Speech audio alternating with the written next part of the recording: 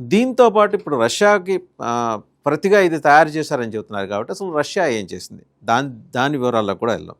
Russia కనుక చూస్తే ఇప్పటివరకు 3 రకాల ఈ intermediate range ballistic missiles IRBM అంటారు. వేగం మ్యాక్ 10 కంటే ఎక్కువ, అంటే అంతరిక్షంలోకి వెళ్తే ధ్వని వేగానికి 10 టైమ్స్ ఎక్కువ వెళ్తుందన్నమాట.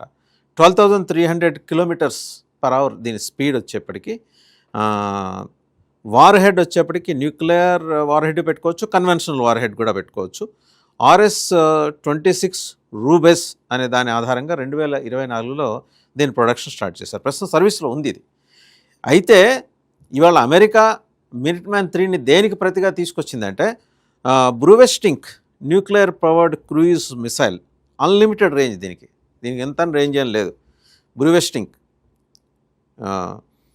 15 గంటల పాటు గాల్లో ప్రయాణం చేసేట్టు దీని మీద వచ్చిన నివేదికలు చెప్తున్నాయి. రక్షణ వ్యవస్థల్ని తప్పించడానికి దీన్ని రూపొందించారు. ఇందాకే మనం మాట్లాడుకున్నట్టు ఎయిర్ డిఫెన్స్ సిస్టమ్స్ ఏవి కూడా దీన్ని డిటెక్ట్ చేయలేవు, దీన్ని ఆపలేవు, దీన్ని నిరోధించలేవు.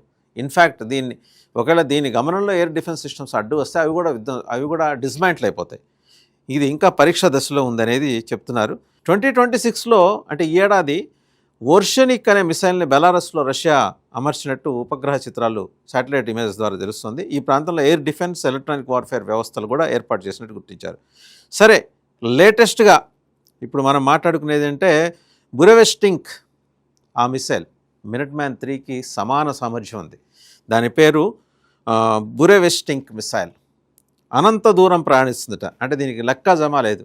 ఇంకా మినిట్మ్యాన్ 3 అయితే 13,000 km, 16,000 km రేంజ్ వరకు ప్రయాణిస్తుంది. ఇది అలా కాదు, ఎంత దూరమైనా ప్రయాణిస్తుంది.